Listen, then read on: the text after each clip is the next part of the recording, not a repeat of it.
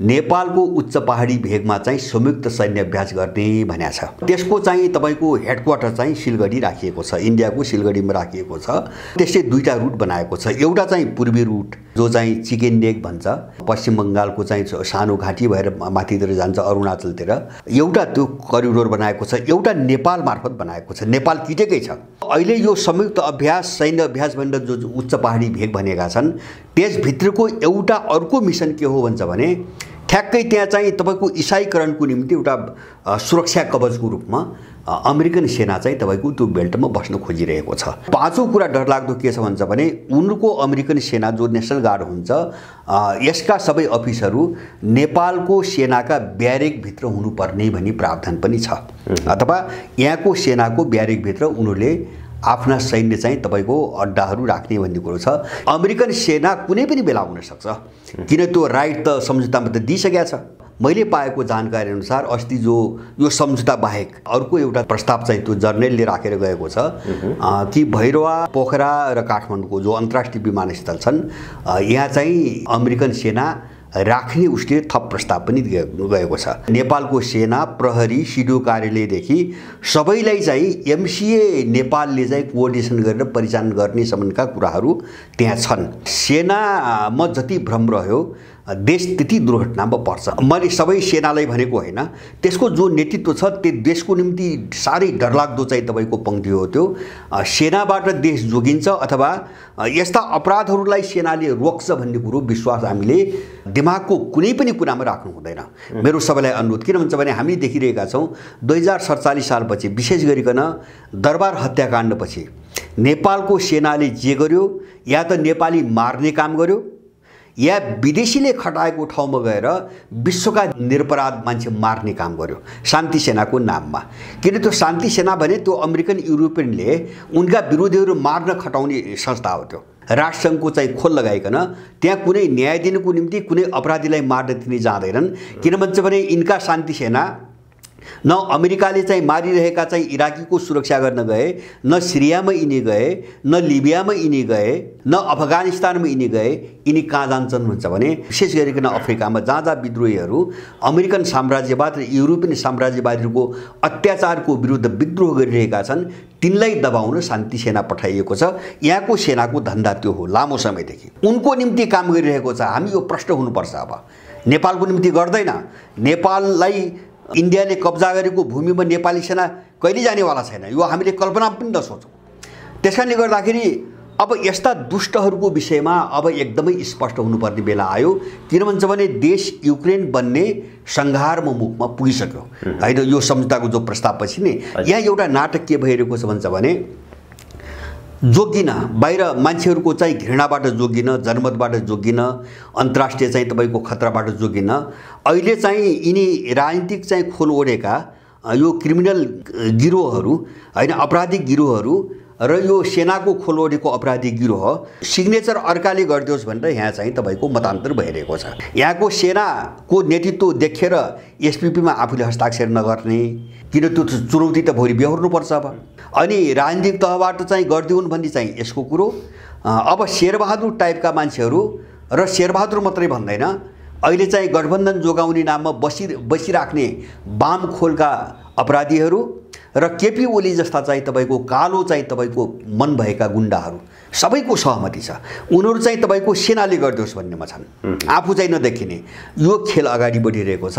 सेनापतिलाई यहाँ बोलाएका छन्, शेरबहादुरलाई बोलाएका छन्, त्यहाँ गएर अन्तिम चाहिँ रूप हामीले यति बेला देशको निम्ति रिस्क लिन सकेनौँ र यस्ता अपराधीहरूको चाहिँ तपाईँको मुगुन्डो उघार्न सकेनौँ भने देश रहन्न।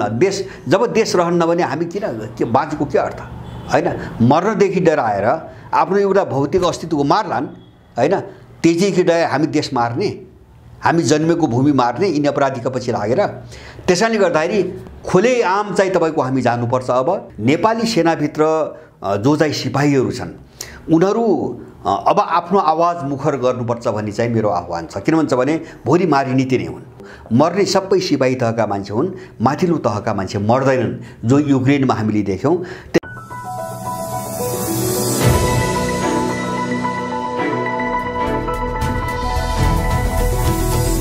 हिमाल अनलाइन टिभी अन्तर्राष्ट्रिय भू-राजनीति नेपालमा यति बेला विस्फोट अवस्थामा पुगेको छ। अमेरिकन स्टेट पार्टनरशिप प्रोग्राम एसपीपीले देशमा अहिले ठुलो हलचल ल्याएको छ। एसपीपी प्रोग्राम के हो? एसपीपी सम्झौता किन गर्न चाहन्छ अमेरिका? यदि यो सम्झौता भयो भने नेपालमा यसले कस्तो असर गर्छ? यो प्रोग्रामको भू रणनीतिक महत्त्व के रहेको छ? राजनीतिक विश्लेषक त्रिमूल नेपालका अध्यक्ष भरत दाहालसँग कुराकानी गर्दैछौँ। स्वागत छ दाइ यहाँलाई। हजुर धन्यवाद। अमेरिकाले प्रस्ताव गरेको स्टेट पार्टनरशिप प्रोग्राम एसपीपीलाई लिएर अहिले चर्चा र विवाद आइरहेको छ। यो सम्झौतालाई लिएर केही नेताहरूले प्रधानमन्त्री शेरबहादुर देउवाको अमेरिका भ्रमण रद्द हुनुपर्छ भनेर पनि प्रसङ्गहरू उठान गरिरहेका छन्। वास्तवमा यो एसपीपी प्रोग्राम के हो? यो हुन लागेको सम्झौता के हो? यो सम्झौताभित्र के छ वास्तवमा? अब यो घटना जो अहिले हामी सुनिरहेका छौँ यो हुन्छ भने थाहा थियो। मैले त धेरै पहिलेदेखि नेपालको भू-राजनीतिबाट अमेरिकाले एउटा छद्म युद्ध होइन, तिब्बत विभाजनको निम्ति एउटा छद्म युद्ध अगाडि बढाउन खोजिरहेको छ समग्र पश्चिमाहरूले। र नेपालको तपाईँको अवस्था जुन हामी देखिरहेका छौँ नि अहिले, यसका पछाडि कारण यति मात्रै हो होइन। यो हाम्रो आन्तरिक कुनै समस्याले चाहिँ नेपाल यस्तो भएको होइन भन्ने कुरा मैले दर्जनौं पटक चाहिँ भनेको छु। र अहिले जो एसपीपी सम्झौता भयो यो अमेरिकाको उनीहरूको जो राज्यहरू छन् अमेरिकाभित्र, ती राज्यहरूको शान्ति सुरक्षालाई कोअर्डिनेसन गर्नुको निम्ति बनेको संस्था हो। 1992 मा यो एसपीपी स्टेट पार्टनरशिप प्रोग्राम भनेर चाहिँ उनीहरूले, तर पछाडि त्यसलाई उनीहरूले बाहिर चाहिँ प्रयोग गर्न सुरु गरे।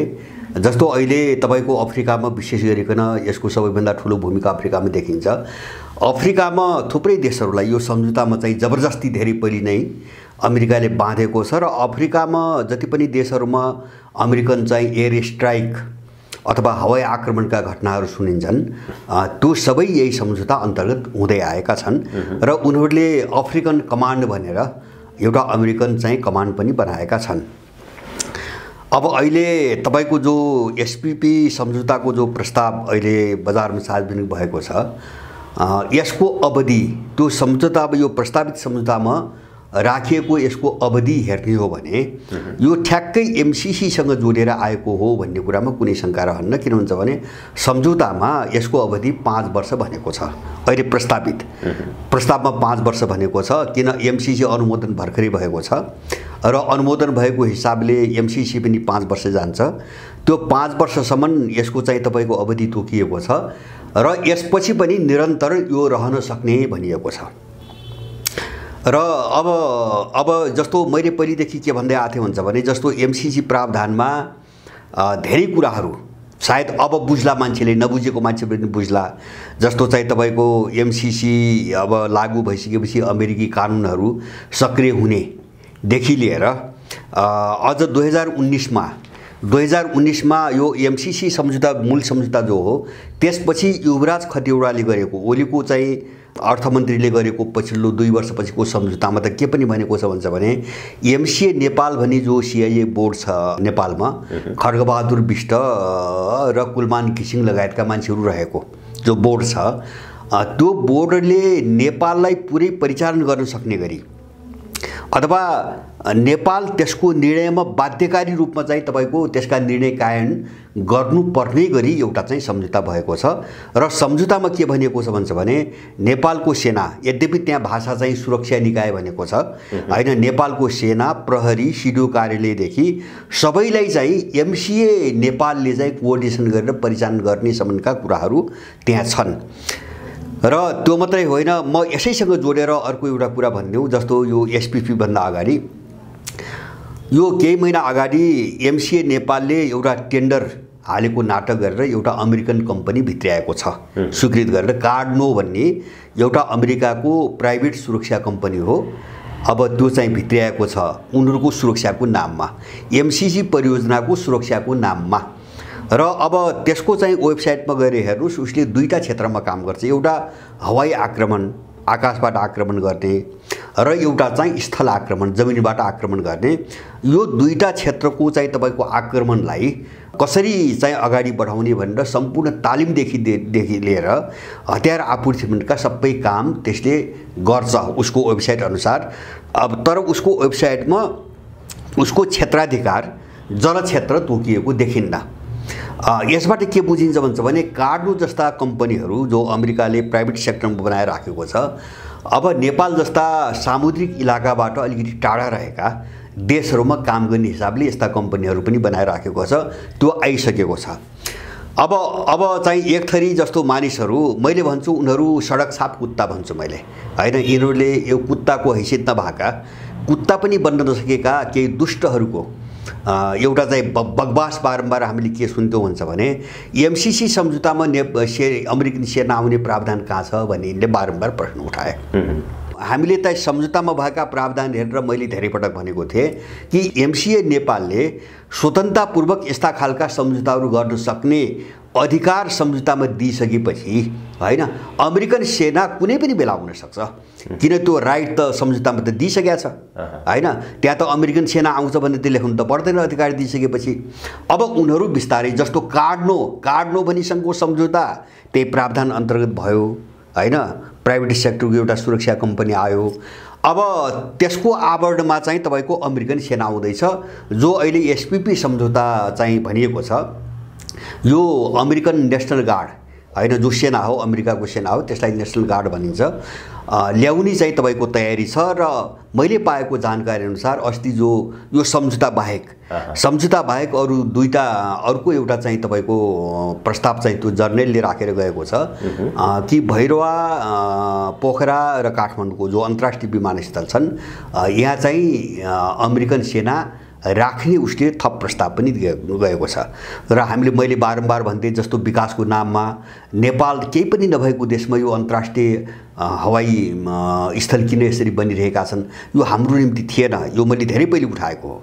यो अरू कसैको निम्ति बनाइदैछ, नेपालको भूराजनीतिलाई हेरेर अरू कसैको निम्ति बनाइदैछ भन्ने कुरो मैले धेरै पटक उठाएको थिएँ। अब त्यो सबै सत्य साबित हुँदैछ। अब एसपीपी सम्झौता के हो भन्छ भने अब जस्तो अहिले प्रावधान अनुसार मैले भने नि कुनै पनि देशलाई अब त्यो सम्झौतामा बाँधेर त्यहाँ लगेर आफ्नो चाहिँ सैन्य स्टेसन राख्ने हैन, एउटा बेस क्याम्प बनाउने र आफ्नो रणनीति अनुसार उसले चाहिँ तपाईको कारबाही अगाडि बढाउने यसको मुख्य उद्देश्य हो। त्यसको अवधारणा हेर्ने हो भने जस्तो अहिले यो प्रस्तावित जो सम्झौता छ अहिले अमेरिकनहरूले ल्याएको, यो प्रस्ताव 2015 मै आएको हो, अहिले होइन हैन।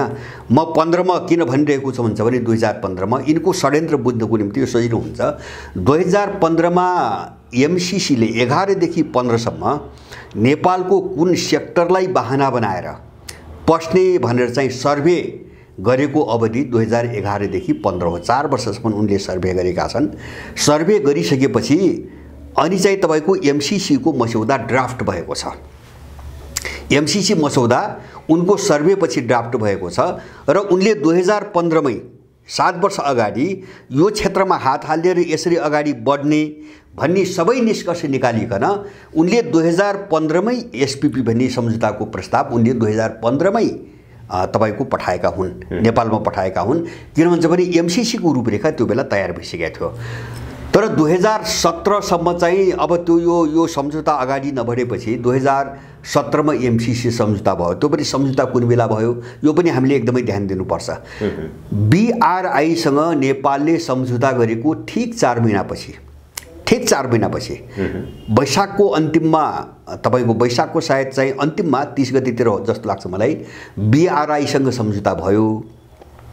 त्यसको 4 महिनापछि भदौ 28 गतेतिर तपाईको एमसीसी सम्झौता भएको छ भने बीआरआई सँग सम्झौता हुने बित्तिकै ठ्याक्कै त्यसलाई ब्लक गर्ने हिसाबले उनले चाहिँ तपाईको एमसीसी सम्झौता गराए हैन। यो घटना हामीले बिर्सनु हुँदैन। मैले भने यो भन्दा अगाडि एसपीपी को त्यो प्रस्ताव अमेरिकाले उसमा पठाइसकेको छ। अब अहिले चाहिँ यसका प्रावधान त्यहाँ धेरै कुरा छन् तपसिलका, म त्यहाँ जान चाहन्न। पहिलो कुरा जस्तो उसले के किटान त्यहाँ गरेछ अहिलेको प्रस्तावमा भन्छ भने नेपालको उच्च पहाडी भेगमा चाहिँ संयुक्त सैन्य अभ्यास गर्ने भनेको छ। भनेपछि ठ्याक्कै हिमाली बेल्टमा गएर चाहिँ बसेर तिब्बतमाथि वार सुरु गराउने हिसाबमा यिनीहरूले चाहिँ एउटा सहमति गर्ने प्रयास गरिरहेका छन्। यहाँको सेना, यहाँका दलहरू र अमेरिकन भनौँ न। विशेष गरेर दुईटा कारण देख्छु मैले। एउटा त तपाईको जस्तो हिजोको जो खम्पा विद्रोह हामीले देख्यौँ नेपालमा, सिआईले गराएको खम्पा विद्रोह हामीले देख्यौँ, त्यस्तै चाहिँ तपाईको चीनको सिमानामा मेचीदेखि महाकालीसम्म हैन एउटा स्वतन्त्र तिब्बतको निम्ति विद्रोह गराउने हैन, सैन्य अभ्यासका नाममा त्यहाँ गएर बस्ने र विद्रोह गराउने एउटा उनको योजना यो हो हैन। उच्च पहाडी भेग भनेर शब्द किटान गर्नुको कारण हैन, सैन्य अभ्यास अन्यत्र भनेको छैन हैन, त्यसको निम्ति महत्त्व भएन अन्त। दोस्रो अर्को यससँग जोडिएको के हो भन्छ भने उनीहरूले एउटा मिसनरीहरूले एउटा मिसन के छ क्रिस्चियनहरूको भन्छ भने यो हिमाली रेन्ज जो छ हैन, तपाईको पूर्वदेखि पश्चिमसम्म नेपाल मात्रै होइन, तपाईको अफगानिस्तान पाकिस्तानदेखि लिएर काराकोरमदेखि लिएर अब यो चाहिँ तपाईको बर्माको नजिकसम्म, बर्माको केही भाग पनि हुन्छ, यो सम्पूर्ण हिमाली बेल्टको इसाईकरण गर्ने एउटा उनीहरूको मिसन लामो समयदेखि चलेको छ र अब त्यसको चाहिँ तपाईको हेडक्वार्टर चाहिँ सिलगढी राखिएको छ, इन्डियाको सिलगढीमा राखिएको छ। अब त्यसले दुईटा रुट बनाएको छ, एउटा चाहिँ पूर्वी रुट हैन जो चाहिँ चिकन नेक भन्छ हैन, तपाईको पश्चिम बङ्गालको चाहिँ सानो घाँटी भएर माथितिर जान्छ अरुणाचलतिर, पूर्वी तिब्बततिर एउटा त्यो करिडोर बनाएको छ, एउटा नेपाल मार्फत बनाएको छ, नेपाल किटेकै छ र नेपाल मार्फत चाहिँ सम्पूर्ण हिमालय रेन्जलाई इसाईकरण गर्ने उनको एउटा मिसन धेरै पहिलेदेखि चलिआएको छ। र अब अहिले यो संयुक्त अभ्यास, सैन्य अभ्यास भनेर जो उच्च पहाडी भेग भनेका छन्, त्यसभित्रको एउटा अर्को मिसन के हो भन्छ भने ठ्याक्कै त्यहाँ चाहिँ तपाईको इसाईकरणको निम्ति एउटा सुरक्षा कवचको रूपमा अमेरिकन सेना चाहिँ तपाईको त्यो बेल्टमा बस्न खोजिरहेको छ, त्यसलाई बढावा दिनको निम्ति बस्न खोजिरहेको छ। एउटा उद्देश्य, एउटा उच्च पहाडी भेगमा चाहिँ संयुक्त सैन्य अभ्यास भनेको छ प्रस्तावमा। दोस्रो चाहिँ नेपालको सम्पूर्ण साइबर प्रणालीलाई कन्ट्रोल गर्ने भनेको छ त्यहाँ हैन। नेपालको जो साइबर प्रणाली छ नि, यो नेटवर्कको जो सिस्टम छ के अरे इन्टरनेटको सिस्टम, यो सम्पूर्ण उनको कन्ट्रोलमा जान्छ, त्यो प्रस्तावमा त्यो छ। तेस्रो चिज मैले अघि नै भने यसको अवधि 5 वर्ष किटान गरिएको छ अहिलेलाई, र भनेपछि यो ठ्याक्कै एमसीसीसँग जोडेर आएको छ हैन, एमसीसी को अवधिसँगै यो चाहिँ तपाईको जोडेर आएको छ। र अर्को चाहिँ यसको डरलाग्दो अर्को प्रावधान के छ भन्छ भने अरु दुईटा प्रावधान, एउटा चाहिँ यो सम्झौतापछि अमेरिकाको सेना नेपालको कुनै पनि भूभागमा स्वतन्त्रतापूर्वक चाहिँ घुमफिर गर्न पाउने प्रावधान छ। मैले पहिले पनि तपाईसँग पनि भनेको थिएँ, जस्तो एमसीसी सम्झौतामा के भनेको छ भन्छ भने एमसीसी परियोजनासँग जोडिएका कुनै पनि मान्छेले गर्ने जस्तासुकै जघन्य अपराधहरू पनि नेपालको कानुन चाहिँ नलाग्ने चाहिँ प्रावधान राखिएको छ। जस्तो नेपालले गिरफ्तार पनि, जस्तो बलात्कार होला, हत्या होला हैन, तर नेपालले त्यस्ता मान्छेलाई पकड्न पनि नपाउने, मुद्दा चलाउन पनि नपाउने प्रावधान छ। अब त्यो प्रावधान त्यहाँ पारित गरेर अब भोलि त एमसीसीसँग जोड्छन् यसलाई यिनले खोल्याम, अनि त्यसपछि अमेरिकन सेना स्वतन्त्रतापूर्वक नेपालभरि घुमफिर गर्न पाउने भनेपछि उनी देशभरि वित्तण्डाएर एउटा अपराध गर्दै हिँड्ने एउटा बाटो खोलिरहेका छन् यहाँ।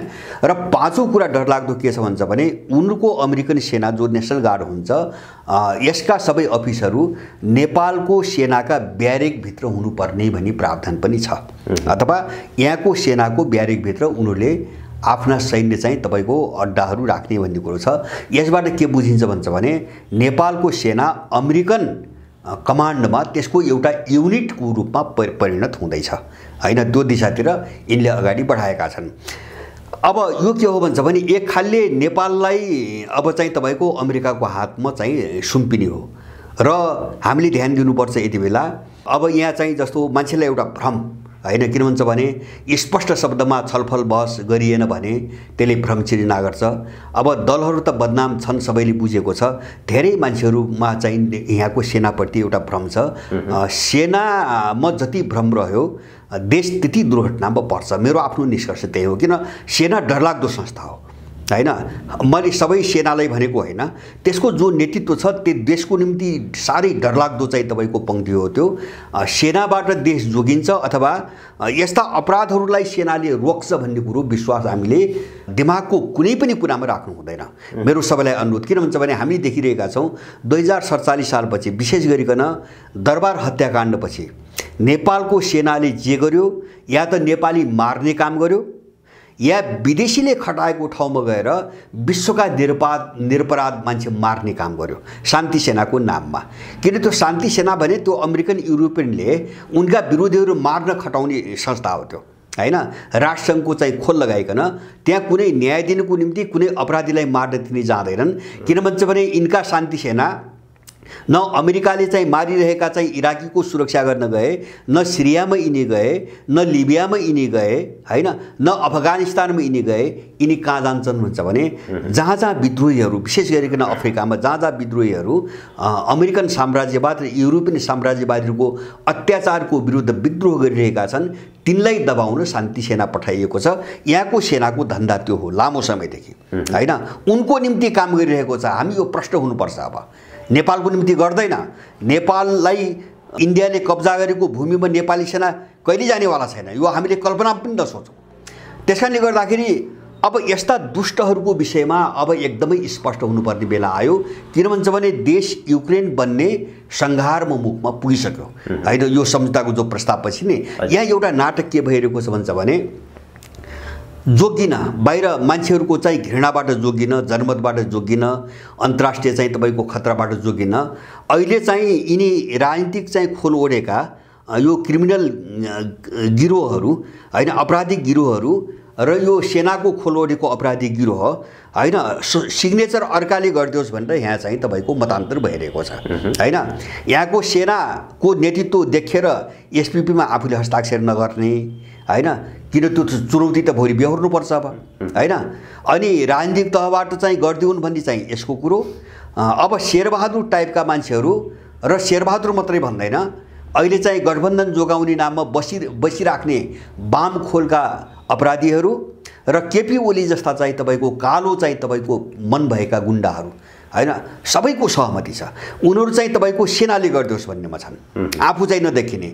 यो खेल अगाडि बढिरहेको छ र मलाई लाग्छ अब सेनालाई जो सेनापतिलाई यहाँ बोलाएका छन्, शेरबहादुरलाई बोलाएका छन्, त्यहाँ गएर अन्तिम चाहिँ रूप दिने भन्ने यिनको प्रयास छ।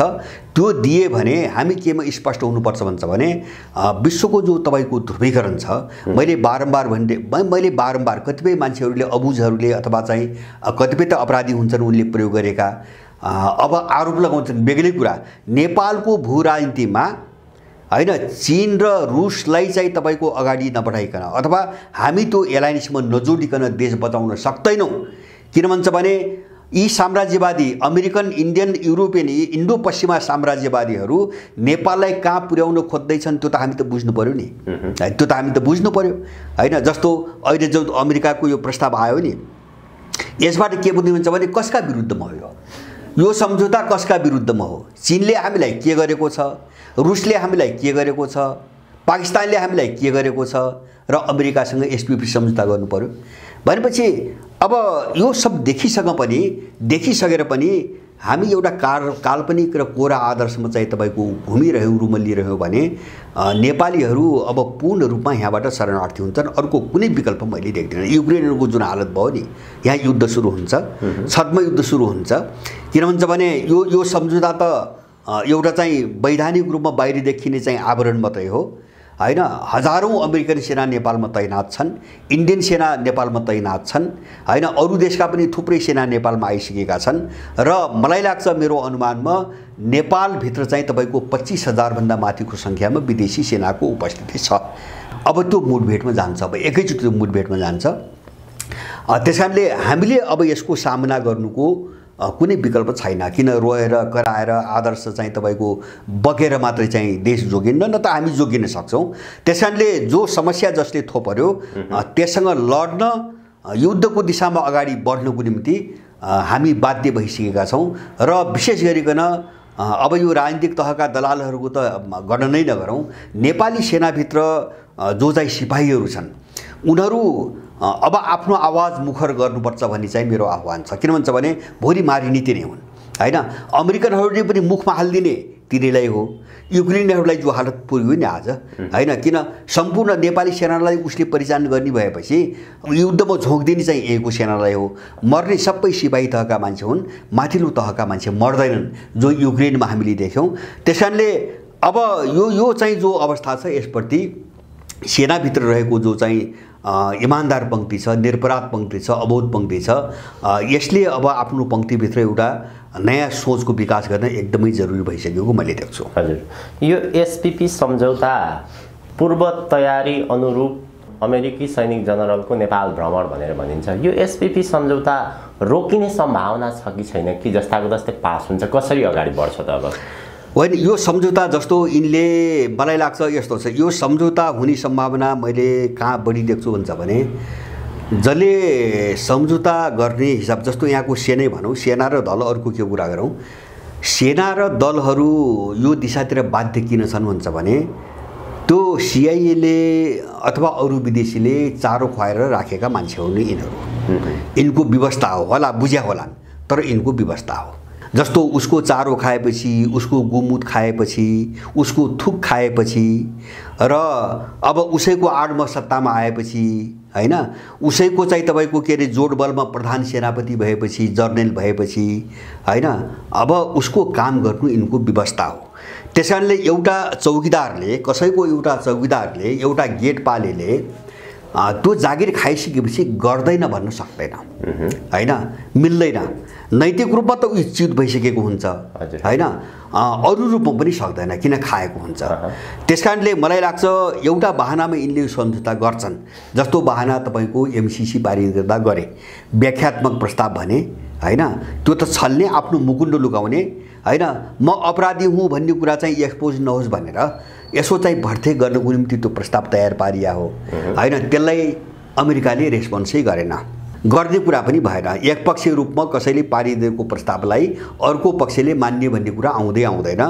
यस्तै धन्दा यिनीहरूले, यस्तै अपराध महाकाली सन्धिमा पनि गरेका थिए। अहिले आवाज उठिरहेको छ प्रतिपक्षका केही नेताहरूले एसपीपी प्रोग्राममा के छ त्यो संसदलाई जानकारी गराउनुपर्छ र सत्ता पक्षकै पनि केही नेता देव गुरुङ लगायतले यसको विरोध गरिरहेका छन्। यो चाहिँ एउटा नाटक मात्रै हो कि अथवा साँच्चै नै उनीहरू? अब मनमा भए पनि मैले यसलाई निरीहता भन्छु, हैन। जस्तो देव गुरुङ छन्, अब भीमरावल बकबक गरिरहेछन्, लीलामणिहरू छन्, हैन।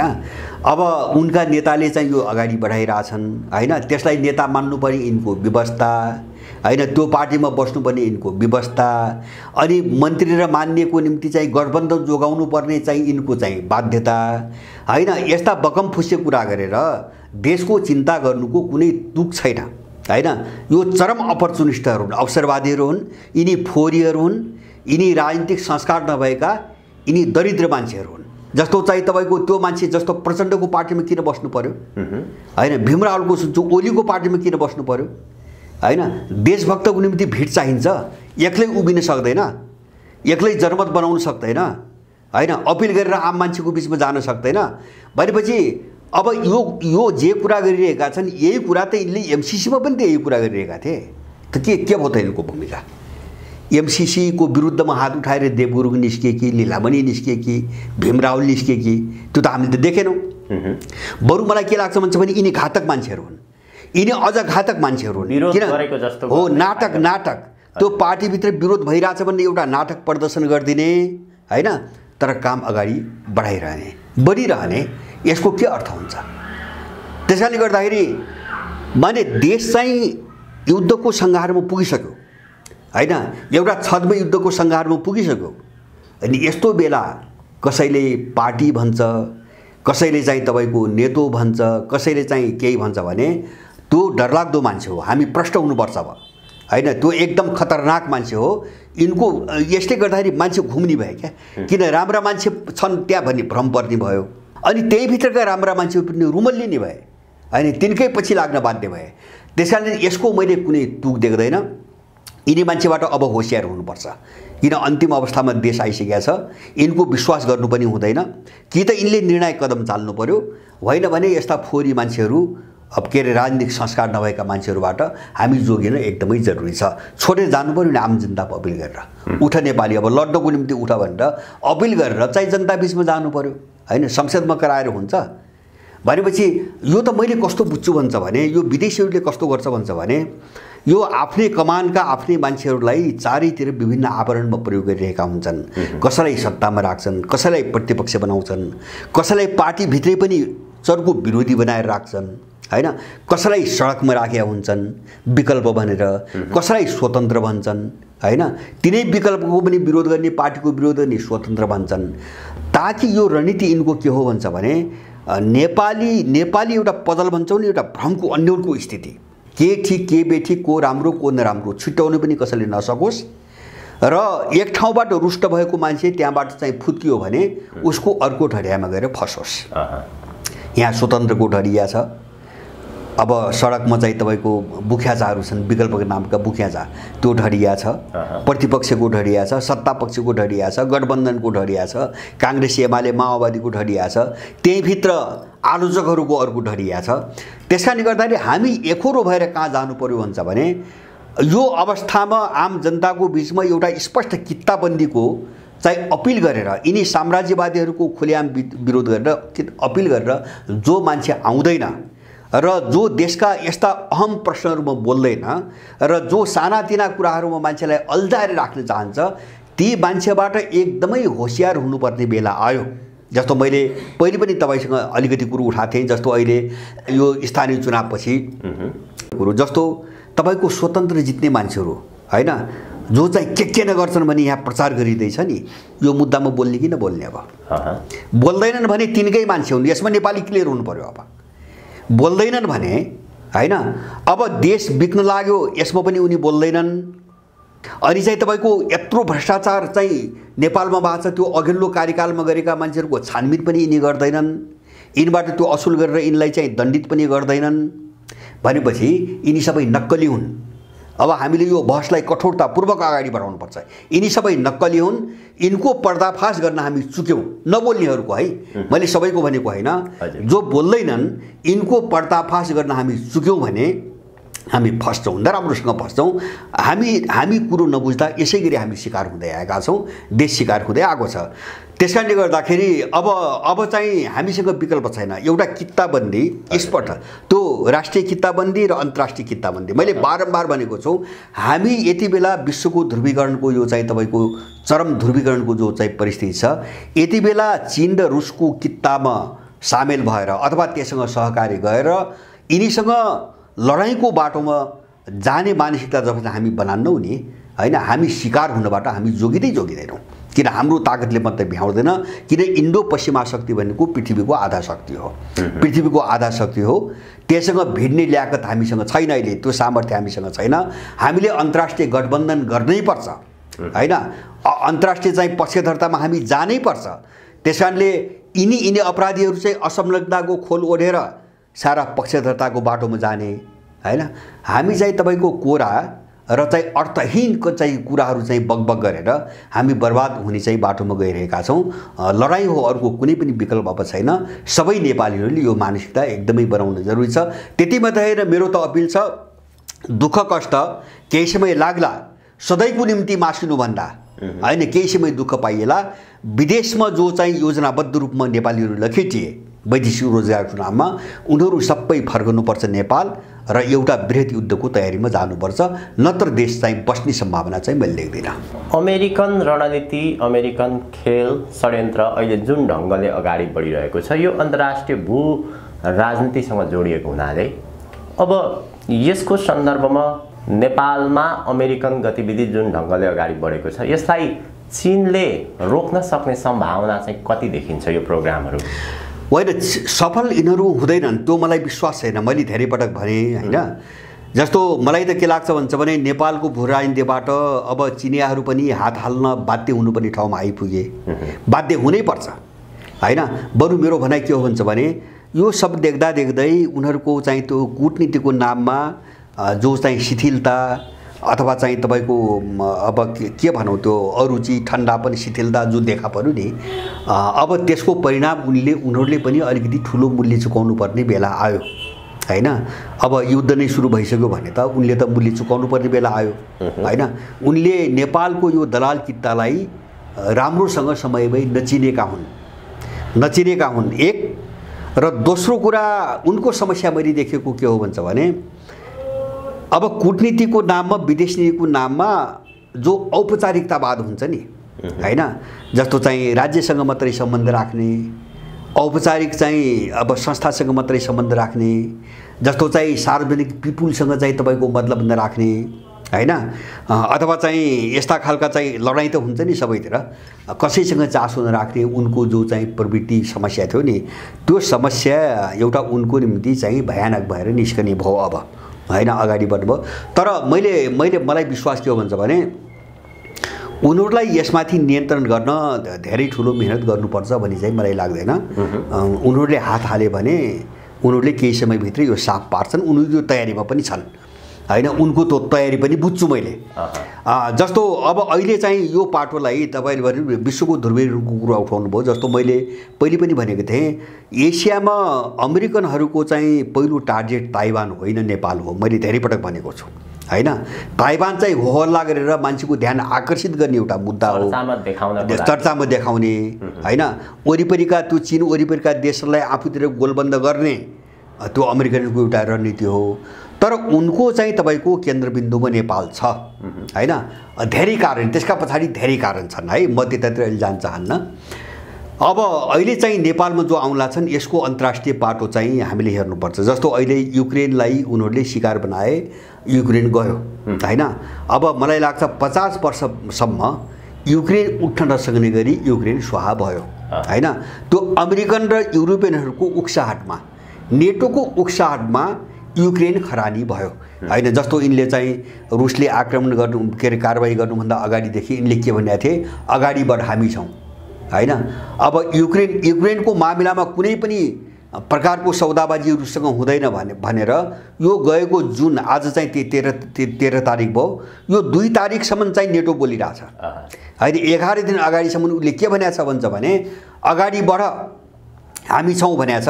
र उसले के पनि यसमा भनेको छ भन्छ भने 2 तारिकमा रुसले चाहिँ लामो युद्ध सुरु गर्यो, अब हामी रुससँग लड्न एउटा लामो युद्धको तयारीमा लाग्नुपर्छ भनेर पनि नेटोले भन्यो, अमेरिकनले भने।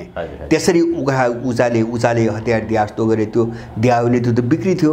अनि रुसलाई चाहिँ तपाईँको एउटा त्रासको रूपमा प्रस्तुत गरेर अमेरिकाले युरोपभरि हतियार बेच्यो, उसको बजार पनि पुरा भयो, युक्रेनलाई पनि बजार बेच्यो।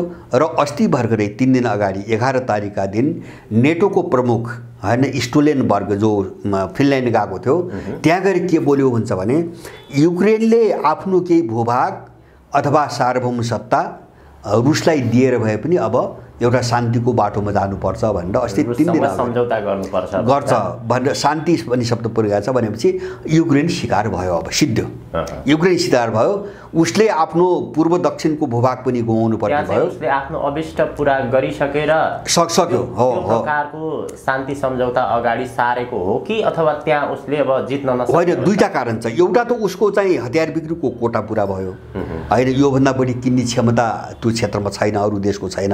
एउटा उसले हतियार बेच्ने कोटा पुरा गर्यो। दोस्रो चिज के भयो भन्छ भने रुसलाई जसरी पतन हुन्छ भनेर उनले नाकाबन्दी आर्थिक प्रतिबन्ध लगाए नि, त्यसको परिणाम उल्टो निस्क्यो हैन। र मैले हिजो मात्र एउटा तथ्याङ्क हेरेको थिएँ, यो युद्ध सुरु भएको 100 दिन यता युरोपियन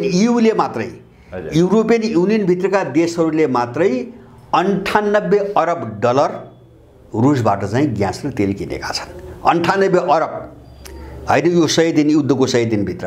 भनेपछि रुबल चाहिँ तपाईँको यो चाहिँ केही वर्ष यताको चाहिँ इतिहासमा रेकर्ड राख्ने गरी माथि गयो। र हिजो मात्रै मलाई लाग्छ हिजो पनि 57 चाहिँ तपाईँको 2 कति रुबल थियो डलरको हैन, 134 थियो युद्ध सुरु भएपछि, त्यहाँबाट झरेर ऊ 57मा आइसकेको छ, 57मा आइसक्यो। भनेपछि यिनीहरू चाहिँ रुसलाई चाहिँ रुसको टाल पल्टाउने हिसाबले जो नाकाबन्दी प्रतिबन्ध लगाए त्यसमा पनि असफल भए।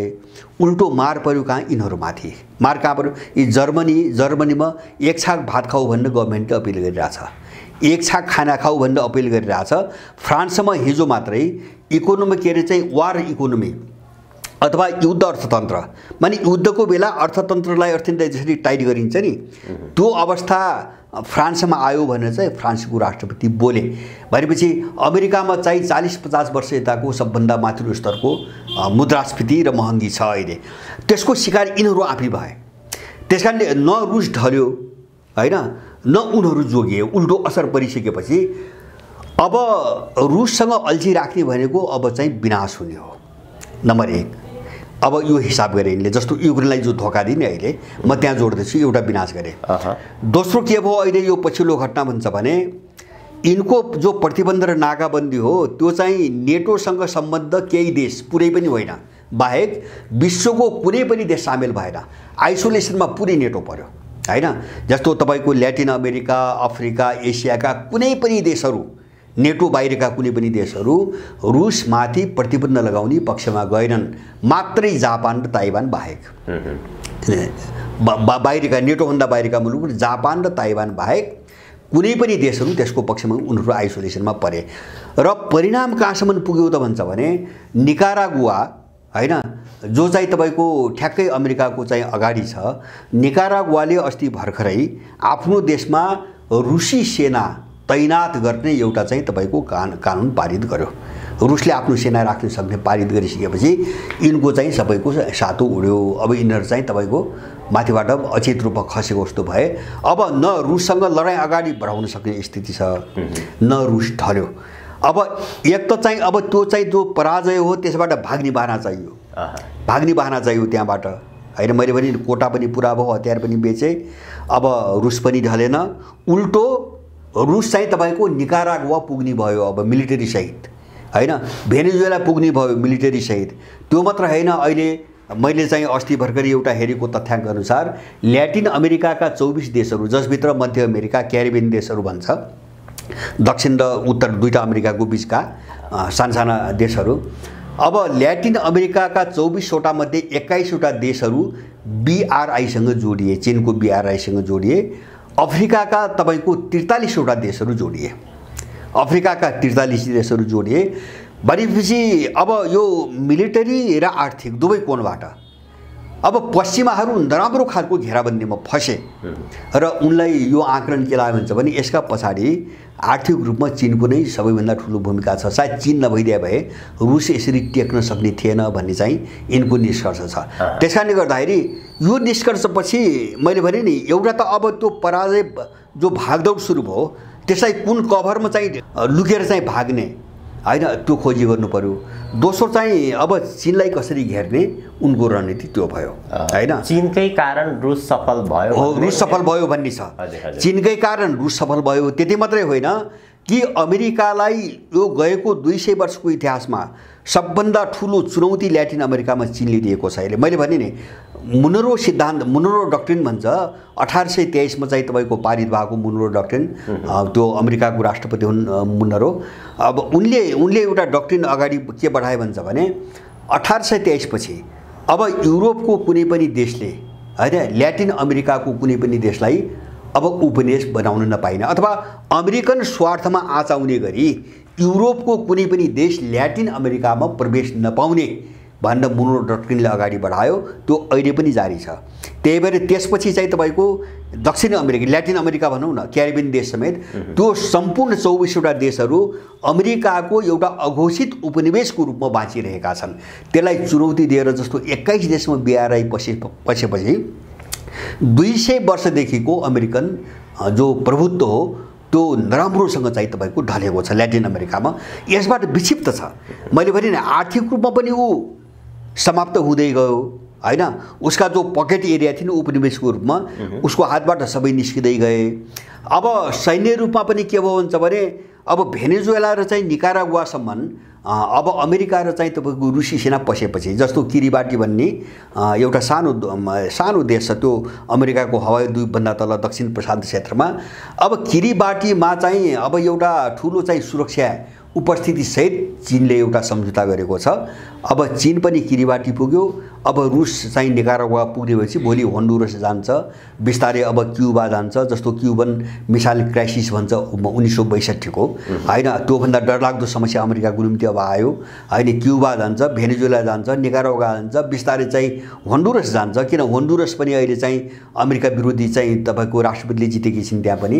अनि बिस्तारै चाहिँ तपाईको मेक्सिको जान्छ। अहिले यो लक्षण कहाँ देखियो भन्छ भने अमेरिकाले जो अमेरिका समिट भन्थे, त्यो दक्षिण र उत्तर दुवै अमेरिका देशहरूको एउटा सम्मेलन हुने गरेको छ वर्षमा। अब त्यसमा अहिले उसले क्युबा, भेनेजुएला र निकारागुआलाई बोलाएन। यिनी हाम्रा विरोधी हुन् भनेर बोलाएन। त्यसको विरुद्धमा चाहिँ तपाईको ल्याटिन अमेरिकाका धेरै देशका प्रमुखहरूले त्यो समिट बहिष्कार गरे, जसभित्र मेक्सिको पनि पर्छ। र बिल्कुल अमेरिका बौला भएर गयो अहिले, हैन? बौला भएर गयो। माने ल्याटिन अमेरिकामा ठुलो विभाजन आयो। अमेरिकाको विरुद्धमा चाहिँ तपाईँको धेरै देशहरू चाहिँ तपाईँको खडा भए। अर्जेन्टिना मुखर भएर चाहिँ उनको विरुद्धमा अगाडि आइरहेछ, हैन? ब्राजिल अगाडि आइरहेछ। यो सबै चिज हेरिसकेपछि अब उनीहरू घेराबन्दीमा पनि फसे। अब युक्रेनमा पनि उनको पराजय हुन नसक्ने भए। त्यसपछि अब चीनलाई घेर्ने रणनीति अन्तर्गत यिनीहरू जस्तो मैले अघि नै भने नि, नेटोको प्रमुखले अब युक्रेनलाई के अर्थी दिन थाल्यो, आफ्नो भूभाग अथवा सार्वभौम सत्ता अलिकति रुसलाई दिएर भए पनि सम्झौता गर शान्तिको निम्ति भनेर अस्ति 3 दिन अगाडि बोल्यो भनेपछि युक्रेनको अन्त्य भयो मैले बुझेको। साम्राज्यवादको मतियार बन्दा साम्राज्यवादमाथि विश्वास गर्दाखेरि त्यसको दुर्दशा के हुन्छ भन्ने एउटा अहिलेको तत्कालको घटना हाम्रो अगाडि युक्रेन छ। नेपाललाई त्यही बनाउँदैछ अमेरिकाले, नेपाललाई त्यही त्यसै कारणले अब जस्तो भने जस्तो चाहिँ अब त्यो नेटोको प्रमुखले उपदेश दिने किन दियो भन्छ भने अब केन्द्र त यहाँ हुनु पर्यो, हैन? त्यसको निम्ति एउटा चाहिँ राजनीतिक बहाना चाहियो, नीतिगत बहाना चाहियो। उनले निर्णय गरे अर्थी उपदेश दिए। यो अहिले मात्र हैन, हेनरी किसिन्जरले डाभोस सम्मेलनमा नै तपाईँको भनिसकेका थिए। किन त्यो हेनरी किसिन्जरको चाहिँ व्यक्तिगत भोइस थिएन कि अमेरिका त्यहाँबाट उम्कनको निम्ति एउटा बहाना पहिले प्रोपोगन्डा गरेर एउटा जनमत बनाउनको निम्ति हेनरी किसिन्जरलाई बोल्न लगाइएको थियो। त्यसपछि अरू केही अमेरिकनहरू बोले, अहिले आएर नेटोको प्रमुखै बोल्यो भनिसकेपछि युक्रेन समाप्त भयो। अब हामीले बुझ्ने त्यही हो। अब त्यो ठाउँमा नेपाललाई पुर्याउन खोजिरहेका छन्। यो चिजमा संवेदनशील भएर हामीले आफ्नो त्यही यात्रा अगाडि बढाउनुपर्छ। अर्को कुरा सोच्यौँ भने हामी अब फस्छौँ। अन्तर्राष्ट्रिय शक्तिहरूको भू राजनीतिमा नेपाल जसरी फस्दै गएको छ, एक ढङ्गले फसी पनि सकेका छ नेपालका राजनीतिक दलहरूलाई प्रयोग गरेर। यो एसपीपी प्रोग्राम जस्ताको तस्तै पास भयो भने नेपालले कस्तो नियति बेहोर्छ? अहिले नियति त यस्तो हो जस्तो उनीहरूले सिधै अब अमेरिकन सेनाले नेपालभित्र तपाईँको कारबाही सुरु गर्छ। सम्झौता भने त्यही हो, त्यहाँ राखेका प्रावधान पनि त्यही छ। नेपाली सेना उसको एउटा युनिटमा परिवर्तन हुन्छ, हैन? जस्तो यहाँका सेनाका ब्यारेकभित्रै उनले आफ्नो चाहिँ तपाईँको युनिटहरू अड्डाहरू राख्ने भनिसकेपछि सम्झौतामा नेपाली सेनालाई उसले कमान्ड गर्ने भयो। नेपाली सेनाको अस्तित्व रहन्न, समाप्त हुन्छ। नेपाली सेनाको अस्तित्व समाप्त हुन्छ। यो अमेरिकन सेनाको एउटा युनिट हुन्छ। मलाई लाग्छ तपाईँको जो अमेरिकी सेनामा बदलिन्छ, एकदम यो अमेरिकन सेना हो। त्यसपछि अमेरिकन सेना नै भन्नुपर्छ। यो सम्झौता भयो भने नेपालको सेनालाई नेपाली सेना भन्ने गल्ती हामीले गर्न हुँदैन। यो अमेरिकन सेना हो। र त्यो कस्तो सेना हो भन्छ भने युक्रेनमा जो एजोभ बटालियन भने हामी सुन्यौँ नि चर्चामा धेरै, जहाँ सबभन्दा ठुलो लडाइँ भयो, रुसको सम्पूर्ण शक्ति पनि त्यहीँ लाग्यो र पश्चिमाहरूको पनि त्यसलाई बचाउनमै लाग्यो, हैन? जो एजोभ स्टिल प्लान्टभित्र चाहिँ लुकेर बसेका थिए अड्डा बनाएर। अब त्यो किन त्यसो भन्छ भने त्यो स्पेसल अमेरिकन सेना हो। त्यो युक्रेनको चाहिँ पहिलेदेखिको नियमित सेना होइन। 2014 सन् 2014 जो युक्रेनको राष्ट्रपति थिए तिनलाई अपदस्थ गर्न अमेरिकाले गठन गरेका गुण्डा अपराधीहरू, पेशेवर अपराधीहरू जो त्यहाँको राष्ट्रपतिलाई अपदस्थ गर्न मुख्य नेतृत्वदायी भूमिका खेलेका थिए, त्यो राष्ट्रपति अपदस्थ भइसकेपछि अनि त्यही क्रिमिनलहरूलाई उसले सेनाको रूप दिएर युक्रेनी सेनामा सामेल गराएको हो, हैन? जस्तो पुटिनले बारम्बार नवनाजी सेना भने, नवनाजीकरण भइरहेको छ युक्रेनको भन्यो नि, त्यसलाई हो। र तपाईँले मिडियामा पनि देख्नुभयो तिनी गिरफ्तार भएका जो एजोभ बटालियनका चाहिँ सैनिकहरू छन् सबैको पाखुरामा हिटलरको फोटो छ, हैन? माने हिटलरको शिक्षाबाट दीक्षित भनेपछि एउटा बदलाको भाव, पुरै बर्बर अपराधी हैन एकदम क्रूर बनाउने एउटा तरिका हो। त्यो नाजीकरण भनेको नेपाली सेनाको नाजीकरण हुन्छ। अब यो सम्झौतापछि नेपाली सेनाको नाजीकरण हुन्छ र त्यो अमेरिकन सेनाको एउटा इकाइमा परिणत हुन्छ। अब यसपछि नेपालको सेनालाई नेपाली सेना भन्ने हैन गल्ती हामीले गर्न हुँदैन। जसले त्यो भन्छ त्यो अमेरिकन हो, हामीले बुझ्ने त्यति हो। त्यो अमेरिकन हो, हामीले यो भ्रम पनि पाल्नुहुन्न, हामी यो अन्यलतामा फस्न पनि हुँदैन। किन प्रावधान त्यो छ, सम्झौताको प्रावधान त्यो छ। र स्पेसली नेपाली सेनालाई अब के भन्नुहुन्छ भने यो चीनसँग लड्न अथवा स्वतन्त्र तिब्बतको मिसनमा अमेरिकनले अगाडि बढाएको उसको युनिट हो भन्ने कुरा। एसपीपी सम्झौता भइसकेपछि नेपाली र अमेरिकन सेना संयुक्त रूपमा अभ्यास गर्छन्, त्यो चाहिँ चीनका विरुद्ध लड्न। चीनका विरुद्ध, त्यो पनि हिमाली बेल्टमा, उच्च पहाडी भेगमा भने चाहिँ हिमाली बेल्टमा अन्त होइन, हामीले बुझिराख्नुपर्छ। भनेपछि उनी तिब्बतसँगै जोडेर चाहिँ युद्ध अभ्यास गर्दैछन् होइन, सम्झौता। एउटा त्यो कुराले पनि नेपालको सेना तिब्बत विभाजन अथवा स्वतन्त्र तिब्बतको मिसनमा जोडियो भन्ने कुरा अब क्लियर हुन्छ होइन, त्यो मिसनमा जोडियो भन्ने कुरो क्लियर हुन्छ एउटा। दोस्रो चाहिँ अमेरिकन सेना नेसनल गार्डको अफिस तपाईँको नेपालका ब्यारेकभित्र राख्ने भन्ने जो प्रावधान छ त्यसले के बुझाउँछ भन्छ भने नेपालको सेना उनको एउटा युनिटमा परिवर्तन हुन्छ। त्यसपछि हामीले यसलाई नेपाली सेना किन भन्ने, कसरी भन्ने अनि के कारणले भन्ने हामीले नेपालको सेना भनेर यसमा सबै नेपाली क्लियर हुन जरुरी छ एकदमै। किन हुन्छ भने हामीले यति बेला देशको निम्ति रिस्क लिन सकेनौँ र यस्ता अपराधीहरूको चाहिँ तपाईँको मुगुन्डो उघार्न सकेनौँ भने देश रहन्न। जब देश रहन्न भने हामी के बाँचेको के अर्थ होइन। मर्नदेखि डराएर आफ्नो एउटा भौतिक अस्तित्वको मार्लान् होइन, त्यसैदेखि डराएर हामी देश मार्ने, हामी जन्मेको भूमि मार्ने यिनी अपराधीका पछि लागेर। त्यसैले गर्दाखेरि खुलेआम चाहिँ तपाईँको हामी जानुपर्छ। अब यो ध्रुवीकरणमा हामी यसमा दुसाइ गर्नुहुन्न। र नेपालमा अहिले जो सत्ता पक्ष भन्छु नि मैले, जहाँभित्र दलहरू पर्छन्, ब्युरोक्रेसी पर्छ, न्यायपालिका पर्छ, सेना पर्छ, पुरै आदि इत्यादि छन्, यो सबै विदेशीले किनिसकेको तबका हो।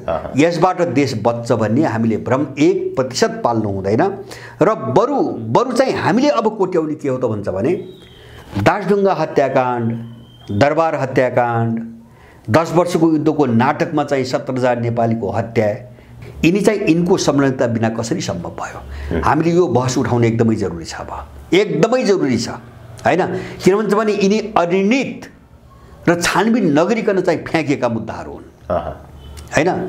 त छानबिनसम्म भएन, न दासढुङ्गाको भयो, न दरबार हत्याकाण्डको भयो, न चाहिँ तपाईँको 10 वर्षीय द्वन्द्वकालमा चाहिँ तपाईँको मारेका 17,000 नेपालीहरूको कुनै घटनाको छानबिन भयो भनेपछि छानबिन नहुनुको कारण के हो भन्छ भने यी सबै घटनामा बाहिरको शक्ति र त्यसले परिचालन गरेका यहाँका अपराधीहरू संलग्न छन्। त्यसकारणले छानबिन भएन। हामीले यी कडी हो यिनी घटनाहरूलाई बडो कुशलतापूर्वक सफलतापूर्वक कसैले प्रतिरोध नगरिकन नेपालीहरूको एउटा गँवारपन होइन, गँवारपनै भन्छु मैले, एउटा चाहिँ मान्छेको अनुभूति पनि गर्न सकेका एउटा तल्लो स्तरको चेतनाको फाइदा उठाएर जसरी निर्वाध रूपमा उनी अगाडि आछन् नि, हो यसैबाट मात चढेर होइन, यसैबाट सन्किएर यिनीहरू अब देश चाहिँ समाप्त पार्ने मिसनसम्म जाने आँट गरे। किन हामीले हिजोका यिनी घटनाहरू छोडिदियौँ, यिनै अपराधीका पछि लाग्यौँ होइन, यिनलाई जिन्दाबाद भन्यौँ होइन, यिनैले देश बचाउँछन् भन्ने हामीले चाहिँ भ्रम पालेर बस्यौँ होइन। त्यसबाट यिनीहरू चाहिँ उक्सिँदै उन्मत्त बन्दै होइन, अब हाम्रो विरोध कसले गर्छ, कसले रोक्छ, के गर्छ आदि इत्यादिहरू गर्दै यहाँसम्म आइपुगेका हुन्। र यसमा चाहिँ मैले अर्को चाहिँ तपाईँको जोड्न खोजेको के हुन्छ, यो मिसन अहिलेको मात्रै होइन, जस्तो 47 सालपछि गिरिजालाई प्रयोग गरेर जो नेपालका उद्योग धन्दाहरू जो सर्लक्कै बेच्न लगाइए नि, त्यसका पछाडि चाहिँ बेरोजगारी सृजना गर्ने, नेपालको अर्थतन्त्र चौपट पार्ने र नेपाललाई कङ्गाल बनाएर चाहिँ आफू निर्भर गराउने एउटा पाटो त थिँदै थियो नै, जो हामीले भोगिरहेका छौँ। त्यति मात्रै थिएन, त्यो चाहिँ नेपालको भूराजनीतिलाई छ्याक्कै आफ्नो पक्षमा लग्नको निम्ति चीन र रुसलाई नेपालीहरूको दिमागबाट हटाउने एउटा डिजाइन पनि थियो। किन तिनी सबै उद्योग धन्दा जति बेचे नि या त चीनले या त रुसले बनाएका थिए होइन। अर्को कुनै पनि देश तपाईँ खोज्नुहोस्, कसैले पनि एउटा औद्योगिक संरचना नेपालमा बनाइदिएको छैन। त्यसैले तिनी उद्योगहरू जुन दिनसम्म रहन्छन्, नेपालीहरूमा चीन र रुसप्रतिको सदाशयता कायम रहन्छ। त्यसकारणले त्यो चाहिँ दिमागमा चाहिँ जो परेको छ नि मैत्री भाव, त्यसलाई कसरी मेटाउने भन्ने एउटा रणनीति अन्तर्गत पनि ती सबै बेचाइएका थिए, जम्मै बेचाइएका थिए होइन। जस्तो अहिलेको पिँढीले त बुझ्दैन नि त होइन, चीन र रुसले यति सहयोग गरेका थिए भन्ने कुरो त अहिलेको पिँढीले त बुझ्दैन, त्यो त पुरानो पिँढीले मात्रै बुझ्छ। त्यसकारणले गर्दाखेरि त्यो नबुझेपछि के हुन्छ, अमेरिका, चीन, इन्डिया, रुस भनेको हाम्रो निम्ति उस्तै सबै विदेशी, यो भ्रम हो। सबै उस्तै हुँदैन। किन इन्डियन, अमेरिकन, युरोपियन भनेको जहिले पनि नेपाललाई चाहिँ समाप्त पार्ने मिसनमा होइन। यिनले के अमेरिकाले खम्पा विद्रोह पहिले गरायो होइन, कहिले नेपालको हित गर्यो तपाईको चाहिँ 62-63 पछि युरोपियन युनियनले के गरे? धार्मिक रूपमा मान्छे भट्काउन, जातीय रूपमा मान्छे भट्काउन, परिवारभित्र विग्रह ल्याउन, लिङ्गका कुराहरू उठाएर हैन केही पनि बाँकी राखेनन्। यिनीहरूले के गरे? 4 पटक नाकाबन्दी लगाए। तिब्बत उत्तरतिर हुन्थेन भने नेपाल त उहिले गइसक्यो हो नि। नेपाल टेक्ने त कुनै पनि आधार थिएन हैन। त्यही चीनले कोदारी राजमार्ग बनाइदिएर नेपाल बचेको हो। महेन्द्रको पालामा, महेन्द्रको प्रस्तावमा चीनले कोदारी राजमार्ग बनाइदिएपछि चीनसँग एउटा भौगोलिक सम्बन्ध, कनेक्सन, यातायातको कनेक्सन बन्यो। 4 पटक इन्डियाले नाकाबन्दी लगायो। अहिलेसम्म उत्तरतिरको तिब्बत चीनको चाहिँ अङ्ग नभइदिएको भए नेपाल चाहिँ तपाईको 50 वर्ष अगाडि चाहिँ इन्डियन प्रान्त भइसकेको हो। त्यो जोखिममा अहिले पनि हामी छौँ। जस्तो अहिले भने जस्तो अमेरिकन सेना आउने हैन। अब तिब्बत खलबलियो, एकछिन मान्नुहोस्, बरी नेपाल त गयो नि त। इन्डिया त अमेरिकन क्याम्पमा छ हैन। अब इन्डियालाई प्रयोग गर्नको निम्ति, चीन विरुद्ध इन्डियालाई प्रयोग गर्नको निम्ति इन्डिया नेपालभित्र पस्यो र कब्जा गर्यो भने अमेरिका त बोल्दैन त्यसको विरुद्धमा। किन उसलाई हात लिएर चाहिँ चीनसँग लड्नुपर्ने छ। त्यही मिसनमा इन्डो पेसिफिक रणनीति भने त्यही हो। नत्र भने एसिया पेसिफिक भन्ने शब्दलाई बदलेर उसले इन्डो पेसिफिक किन बनाउनु पर्यो? किन चीनसँग उसको लडाइँको केन्द्रबिन्दु त इन्डिया हो। इन्डियाको साथ नभइकन यो लडाइँ अगाडि बढ्दैन। ऊ एक्लिन्छ। ऊ त धेरै टाढाको देश हो, एक्लिन्छ। अब त्यो सामर्थ्य जापान, दक्षिण कोरिया जस्ता देशहरूसँग छैन। अरू देश मान्दैनन्। त्यसकारणले चीनलाई हात, इन्डियालाई हात दिनु बाहेक अरूको विकल्प छैन। इन्डो पेसिफिकको नाम पनि त्यहीँबाट आएको हो। नेपाल भूराजनीतिक गिजोलेको कारण पनि इन्डिया उसँग हुनुको कारणले र इन्डियासँग हाम्रो सिमाना जोडिनुको कारणले हो। र तिब्बत अशान्त भयो भने इन्डियाले कुनै पनि बेला नेपाल कब्जा गर्न सक्छ, अथवा नेपालमा विग्रह फेरि जस्तो 62-63 पछि विभिन्न बहानामा गरिरहेछ नि इन्डियनहरूलाई उकासेर, त्यस्तै खालको एउटा ठुलो विशृङ्खलता नेपालमा आउने सम्भावना छ। हामी यसमा स्पष्ट भएर चाहिँ एकजुट हुन जरुरी छ। भनेपछि हामी कार्यक्रमको लगभग अन्त्यतर्फ छौँ। अमेरिका निर्णायक कदमतर्फ पुग्यो। एमसीसी अनुमोदनपछि यो एसपीपी सम्झौता अगाडि सारिएको छ। अब अमेरिका निर्णायक कदमतर्फ पुग्यो, वारपारको लडाइँमा पुग्यो भन्न सकिन्छ निष्कर्षमा। एकदम यो सम्झौतामा हस्ताक्षर भयो भने एउटा कन्फ्लिक्ट जोन भन्छ नि, युद्धग्रस्त क्षेत्र, विश्वको युद्धग्रस्त क्षेत्रहरूमध्ये नेपाल त्यो चाहिँ भूमिमा परिणत भयो भने हामी घोषणा गर्नुपर्छ। त्यसपछि चाहिँ अब एउटै चिज हो हुन्छ भने अब युद्ध चाहिँ कुन रूपमा अगाडि बढ्छ हेर्ने त्यो मात्रै हो। अब युद्धको चित्र हेर्ने मात्रै हो, तस्बिर हेर्ने मात्रै हो। यो सम्झौता भयो भने विधिवत रूपमा र घोषित रूपमा अमेरिकन सेना नेपालमा मार्च गर्ने बाटो खुल्छ हैन। जस्तो अरू सम्झौताबाट अझै खुल्दैन, किन त्यो एउटा छद्ममा छन् हैन। जस्तो कार्डनो भने नि, कार्डनो मार्फत पनि आउँछ न अमेरिकन सेना, तिनै अमेरिकन सेना आउने हो, अरू कोही पनि होइन। तर त्यसको एउटा लिमिटेसन छ, एउटा सीमा छ हैन। उनले त एमसीसीको प्रोजेक्टको सुरक्षा मात्रै भनेका छन् त्यहाँ। अब त्यो प्रोजेक्ट नेपालभरि त हुँदैन हैन। त अब यो सम्झौता भयो भने अमेरिकन सेना नेपालभरि कहीँ पनि मार्च गर्ने हिसाबले प्रवेश गर्छ। त्यो भनेको अब चाहिँ सिधै चाहिँ कन्फ्रन्टेसनमा गयो, अथवा चाहिँ एकातिर अर्को भाषामा भन्छ भने रुस र चीन मात्रै भन्दैन मैले, रुस चीन लगायत भोलि अब पाकिस्तान सक्रिय होला, उत्तर कोरिया सक्रिय होला, इरान सक्रिय होला, सबै देशहरू छन् हैन। यत्रो मोर्चाबन्दी छ विश्वभरि। त्यो एकातिर, अर्कोतिर इन्डो वेस्टर्न शक्तिहरू, इन्डो पश्चिमा शक्तिहरूको सिधा टक्राउ नेपाली चाहिँ तपाईँको भूराजनीतिमा हुन्छ। यसबाट हामी जोगिने सम्भावना हुँदैन। हस्, अत्यन्त धेरै धन्यवाद दाइ आजको महत्त्वपूर्ण समय र संवादको लागि। हजुर, यहाँलाई पनि धन्यवाद।